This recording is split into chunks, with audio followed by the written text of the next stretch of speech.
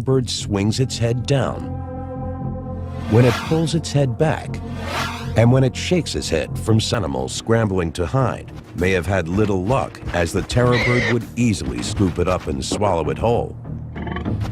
A shocking example of instant gratification.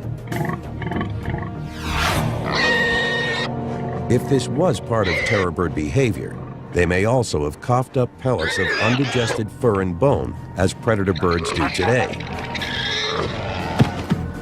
rather than a scavenger. Some large carnivores, bears for instance, are also scavengers, relying on their... What might have been going on inside its brain when the terror bird came across prey such as the glyptodont? The glyptodont did have some capacity to deal with unique things in